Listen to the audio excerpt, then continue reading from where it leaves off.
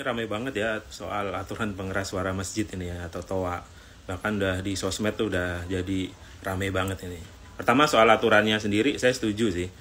Ini sebenarnya aturannya udah ada, udah aturan lama, dan itu memang baik. Jadi kalau azan tuh boleh pengeras luar, kalau ceramah, puji-pujian segala macam tuh pakai pengeras dalam. Sebenarnya di aturan yang lama itu udah bagus, cuman pelaksanaannya aja yang belum gitu. Nah, ngapain harus ada aturan baru lagi yang akhirnya memicu keributan, apalagi kemudian Menak kepleset menganalogikan dengan anjing gitu kan.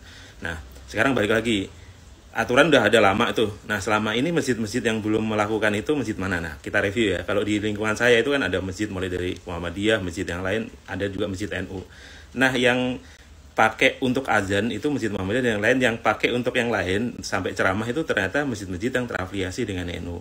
Nah, ini kan Menak sebenarnya tinggal ngatur dengan kakaknya aja yang ketua umum PBNU untuk ngasih tahu DKM-nya, masjid-masjid terafiliasi NU, untuk mematuhi aturan ini sebenarnya kan. Karena memang kadang-kadang bukan hanya non-muslim ya, beberapa masyarakat muslim di sekitar sini juga kadang-kadang bilang agak terganggu tuh dengan ceramah yang dikerasin, apalagi kemudian ceramahnya agak ada bagian yang menyinggung umat lain atau yang nggak sepaham gitu ya. Nah, itu kayaknya perlu diomongin tuh, saya setuju yang itu ya. Jadi kalau azan aja saya kira nggak ada masalah, dan itu di mana-mana sih saya kira, bahkan banyak VT ya non muslim yang kemudian bikin VT nggak masalah, dia rumahnya dekat dengan masjid dan dengar azan malah seneng gitu kan. Guys, kalian tahu bahwa saya itu agamanya Kristen Protestan, tapi adakah tidak yang sama seperti saya untuk teman-teman yang beragama Kristen? Saya punya rumah bersebelahan dengan masjid. Jadi selama 25 tahun saya hidup, setiap pagi itu saya dibangunkan oleh sholat subuh. Jadi setiap mereka umat muslim sholat subuh, sholat zuhur, sholat asar, sholat isya, sholat maghrib, sholat isya, itu kan masjidnya bunyi terus. Jadi otomatis itu yang berkumandang itu masuk di sini, tersimpan di sini. Jadi seringkali saya itu ikut, kalau mereka lagi azan, saya juga ikut-ikutan. Contohnya, asyhadu anna Muhammadar Rasulullah. Jadi seperti begitu. Saya sampai hafal itu dari awal sampai akhir. Karena rumah saya di sebelah masjid. Salam toleransi.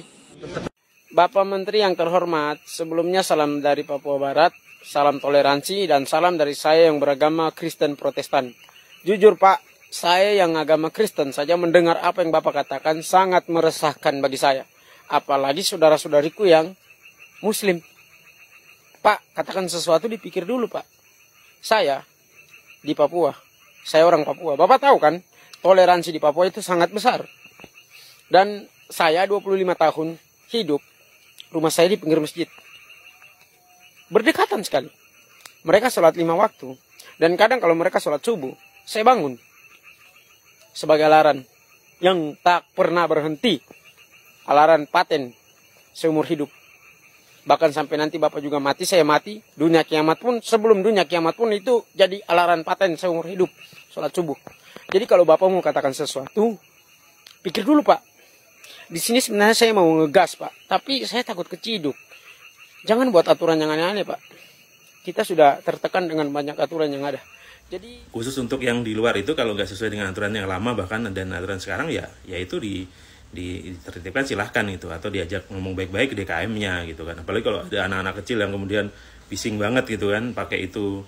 Nah, itu memang silahkan, nah itu diiniin. Tapi kalau sampai azan juga mau dilarang, ini kan sekarang digiring gitu karena ada berbagai macam kelompok Islamofobik yang mencoba mengendarai isu ini gitu, kemudian menggesek-gesekin yang aturan yang di awalnya untuk kita agar lebih toleran, untuk toleransi terjaga, tidak saling mengganggu, sekarang justru malah mau digosok jadi isu sara nih. Ini udah kemana-mana nih isunya.